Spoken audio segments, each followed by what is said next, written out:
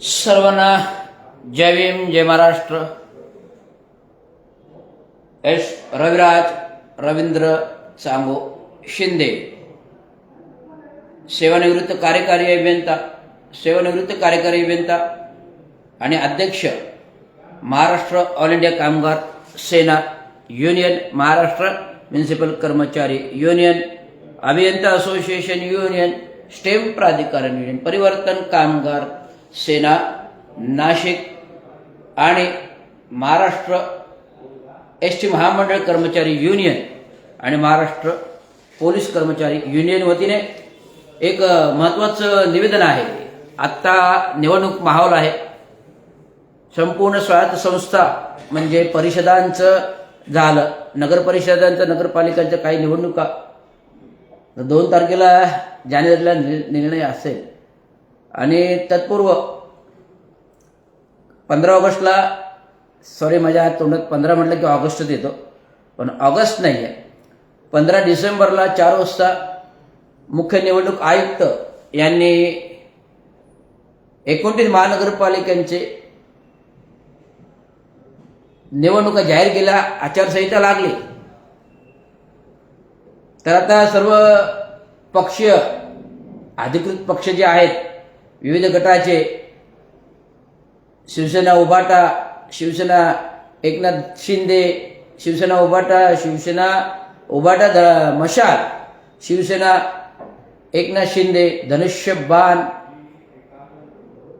जे घटनाबाह्य उपमुख्यमंत्री आहेत. आता घटनाबाह्य म्हणणार कारण ज्यांनी एकाने अधिकृत कार्यकारी अभियंत्याला विनाकारण निलंबित करावे लागलं कोविड कालावधीमध्ये अशी दुर्धर परिस्थिती असताना, या दुर्धर परिस्थितीत प्रामाणिक काम करणारा अधिकारी जर अचानक निलंबित होतो, 27 जुलैच्या लाईव्हवरती रात्रीचं 27 जुलैच्या रात्रीच्या लाईव्हवरती पालकमंत्री नगरविकास मंत्री एकनाथराव शिंदेची कोविडबाबत प्रतिबंधात्मक बाईट येते आणि त्या बाईटवर जे काही आक्षेपार्ह वाटलं मला, त्याच्यावर मी आक्षेप घेतला. पालकमंत्र्यांचं विधान खोटं मी नमूद केलं, परंतु ते विधान झाल्यानंतर 27 तारखेला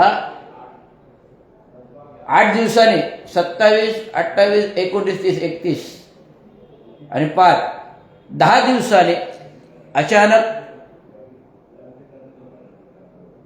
5 ऑगस्टला मला नोटीस येते, कारणे दाखवा आणि निलंबनाची नोटीस येते. आश्चर्यचकित झालो की असं कुठला गुन्हा केला, असा कुठला भ्रष्टाचार केला, आता अशी कुठली नियमबाह्यता केली, अशी कुठली गंभीर बाब केली जी त्या काही नगरविकास मंत्र्यांनी मला निलंबित करायला लावलं. तर निलंबित करायला लावलं नाही, निलंबित झालो नाही तर निलंबित करायला लावलं तत्कालीन महापौर नरेशजी म्हस्के आणि आत्ताचे खासदार नरेशजी म्हस्के, ज्यांचं आयुष्य उभं टक्केवारीवर उभं राहिलं, गद्दारीवर उभं राहिलं, टक्केवारी घेऊन पोट फुगवलं आणि तेच खोक्याच्या हिशोबाने घेऊन पोट कमी केलं. लोकसभा निवडणूक लढली, किती स्थावर मालमत्ता किती दाखवली? 26 कोटी. स्थावर मालमत्ता खासदारांनी किती दाखवली? 26 कोटी. ही आणली कुठून 26 कोटी खासदारांनी? हा माझा पहिला प्रश्न आहे. नरेश म्हस्केजी एक आनंदनगरच्या 10 बाय 10च्या झोपडपट्टीमध्ये राहणारे, ठाणे महानगरपालिकेत टेंडर सेटिंगवरती पैसा कमवणारे, दलाली कमवणारे आणि त्या दलालीवर कमवून नंतर विविध मोठमोठ्या जे ठेकेदार होते त्यांच्याकडून दलाली कमवताना मी पाहिलेले आहे. मी स्वतः डोळ्यांनी पाहिलेले आहे. टक्केवारी घेताना, टेंडरची सेटिंग करताना आम्ही पाहिलेले, आम्हाला माहिती आहे. आणि नंतर ते नगरसेवक झाले, 10 वर्ष इनमिन झाली. या इनमिन 10 वर्षामध्ये त्याने अनेक पदं भूषविली, गटनेते भूषवले, स्थायी समिती भूषवले, महापौरपद भूषवलं. परंतु जे एकनाथराव शिंदेने कधी केलं नाही अशा गोष्टी. एकनाथराव शिंदे एक खालच्या स्तरातून आले आणि स्वाभिमानाने हिंदुत्व बाळासाहेब ठाकरेच्या शिवसेना फोडली, स्वाभिमान दुखावला म्हणून शिवसेना फोडली असं स्वतः एकनाथराव शिंदे म्हणतात. मग या रवींद्र शिंदेचा स्वाभिमान कोणी दुखावला? ह्या रवींद्र शिंदेचा कार्यकारी अभियंता असताना स्वाभिमान कोणी दुखावला तर तत्कालीन महापौर आणि आताचे खासदार नरेश म्हस्केंनी दुखावला स्वाभिमान. तुमच्या कानामध्ये येऊन मुतले रवींद्र शिंदेला सस्पेंड करा. तुम्ही फोन करता बिपिनजी शर्माला, बिपिनजी शर्मा रवींद्र शिंदे को सस्पेंड करो. रवींद्र शिंदेला सस्पेंड केलं. 15 सप्टेंबर 2020 अभियंता दिन होता. सकाळी 9 वाजता थेट पालकमंत्री एकनाथराव शिंदे नगरकर यांच्या घरी गेलो. टी शर्टवर आणि हाफ शॉर्ट्सवर होते. टी शर्टवर हाफ शॉर्ट्सवर होते. फोनवर बोलत होते. घरी बंगल्यावरती तिथेच गेलो. मला बघितला आतमध्ये बोलावलं. एक माझे युनियनचे जनरल सेक्रेटरी प्रमोदजी इंगळे होते. त्यांना बघितलं मला आतमध्ये विषय ये प्रमोद आतमध्ये ये. आणि लगेच बिपिनजी शर्माला फोन केला. बिपिनजी शर्माजी रवींद्र शिंदे का मॅटर मिळा दो. म्हणजे रवींद्र शिंदेचं नाव पक्क माहीत नाही. बरोबर काम करत आलं. 25 वर्ष काम करत आलो. बरोबर काम केलंय. माझा स्वभाव माहिती आहे, डेअरिंग माहिती आहे, कामाचा सगळं माहिती आहे. काम करत आलं. काम करत कामाचा अनुभव पाहता एकनाथराव शिंदेने असं कधी केलं नाही. परंतु आयक्यू जो गोष्ट आहे, आयक्यू मध्ये कुठेतरी कमतरता आहे, मग केली नाही.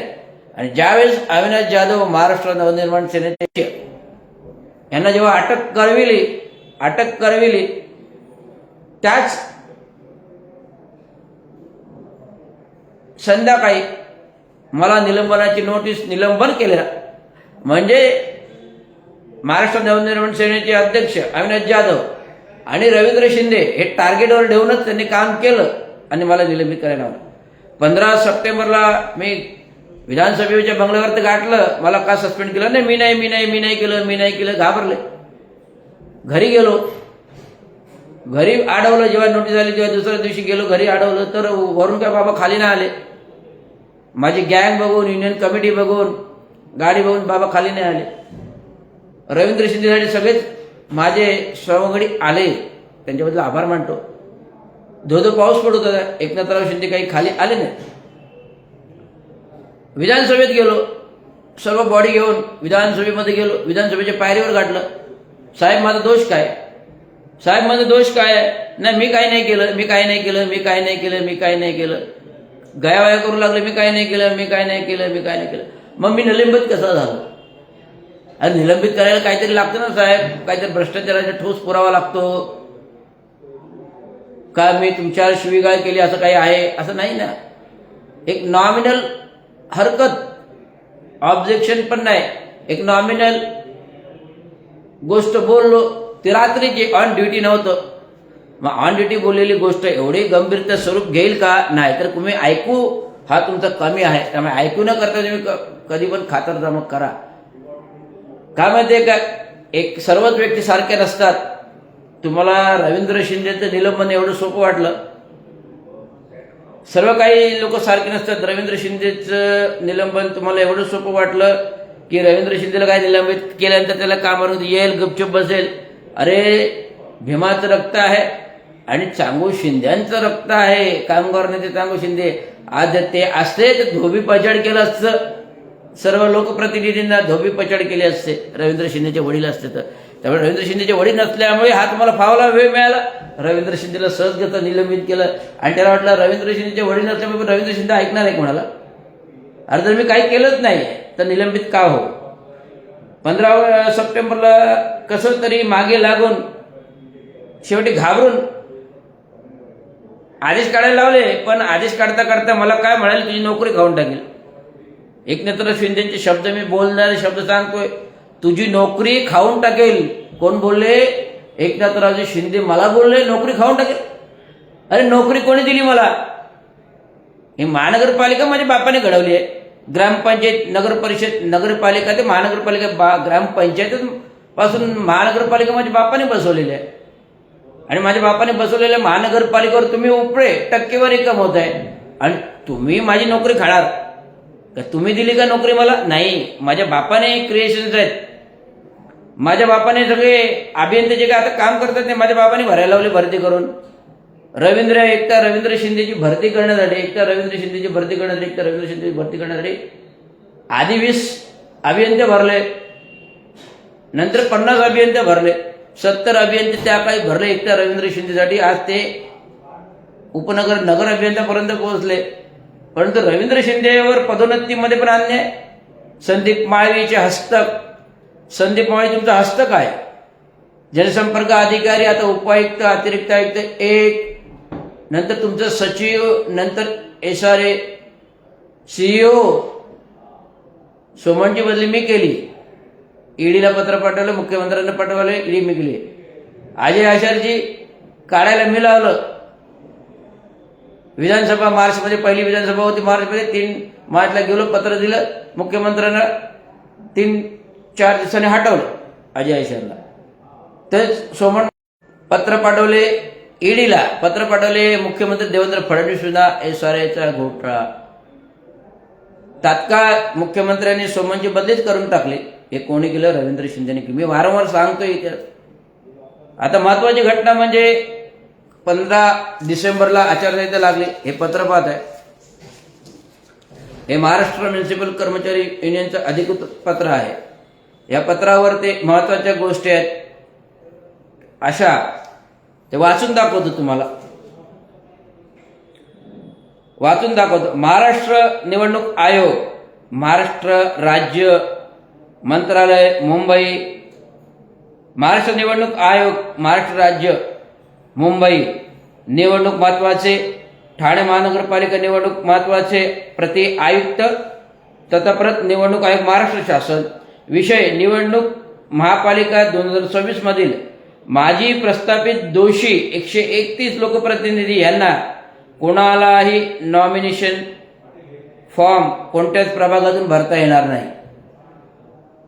निवडणूक महानगरपालिका 2026 मधील माजी प्रस्थापित दोषी 131 लोकप्रतिनिधी यांना कोणालाही नॉमिनेशन कोणत्याच प्रभागातून भरता येणार नाही. अध्यक्ष महाराष्ट्र म्युनिसिपल कर्मचारी युनियन मागणी, कार्यकारी अभियंता रवींद्र शिंदे सेवानिवृत्त यांची हरकत आहे याबाबत. महोदय, वरील विशेष महत्वाची आणि गंभीर बाब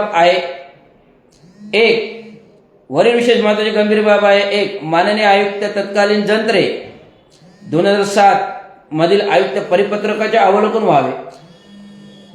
माननीय आयुक्त तत्कालीन जंत्रे 2007 आयुक्त परिपत्रकाचे अवलोकन व्हावे. जेव्हा जयनरूमचे प्रकल्प काढले, नाले प्रकल्प, त्यावेळेस आयुक्तांनी एक आदेश काढले, परिपत्रक काढलं की 7 जून का जुलै 2007 मधील की मुद्दा परिपत्रकामध्ये असा आहे की कोणतेही नाला ठाणे महापालिका क्षेत्रातील बंदिस्त करता येणार नाही. पुन्हा परिपत्रक जारी, आयुक्त बिपिनजी शर्मा, जानेवारी 2021. परिपत्रक पुन्हा तेच आदेश, कुठलाही ठाणे महानगरपालिकेचा नाला बंदिस्त करता येणार नाही. हा मुद्दा झाला. सदर महासभा 2017-2022 प्रस्थापित लोकप्रतिनिधी 131. उतळसर केविला जेल सरस्वती राबोडी नाला अनधिकृत बंदिस्त केला.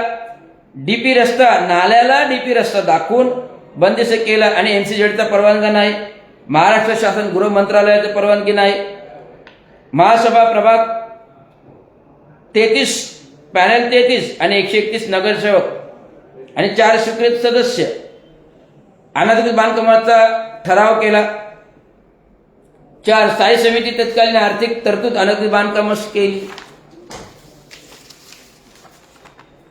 म्हणजे 131 सदस्य अनधिकृत बांधकाम सहकार्य केले हे सिद्ध होत आहे. 5 सदर अनधिकृत बांधकामात सरकारी जनतेच्या पैशाचा अपव्यय केला. 6 सदर अनधिकृत बांधकाम करण्यास हरकत घेतली. नाला बुजवल्यामुळे येणाऱ्या पावसाचा धोका पाहता कर्तव्याचे काम केले. आयुक्तांना ही खरी वस्तुस्थिती पाठविली. म्हणून एक लोकप्रतिनिधीने नजमुल्लाने मला धमकी दिली आणि तक्रारी नमूद झाले नवपडा पोलीस स्टेशनमध्ये आणि 2021 मध्ये महासभेमध्ये माझे विनाकारण बदनामी करून निलंबन करण्याची मागणी केली. माझा काही सहभाग नाही. सदर नाला बंदिस्ताचा प्रस्ताव प्रभारी उपनगर अभियंता रामदास शिंदे यांनी बनवला. कार्यकारी अभियंता संजयजी कदम होते. आयुक्त बिपिनजी शर्मा जसवाल होते. तर सदर एक अनधिकृत बांधकाम प्रस्ताव अनधिकृत मंजूर करून अनधिकृत तरतूद मंजूर करणे, एक मागासवर्गीय निर्भीड अधिकारी अभियंत्याला निलंबित व नियमबाह्य काम व्हावे म्हणून मला थेट बाजूला करण्याचे निलंबन केलं, घटनेची पायमल्ली आहे. मला मानसिक त्रास आत्महत्या करण्यास प्रवृत्त केले म्हणून 2024 जुलै 27 पोलीस संचालक ॲटोरिटी गुन्हा दाखल आहे.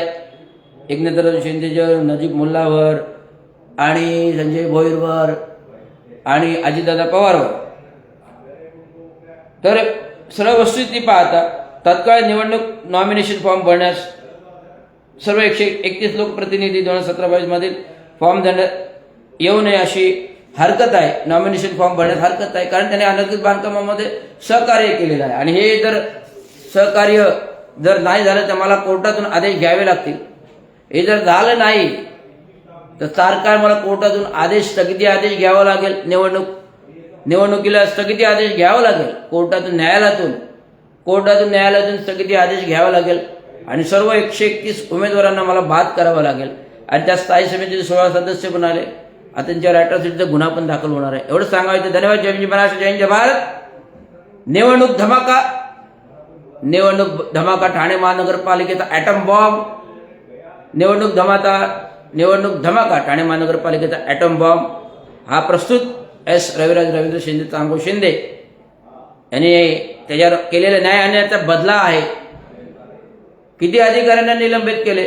सुधीर गायकवाड कार्यकारी अभियंता, उपनगर अभियंता प्रभारी निलंबित केलं.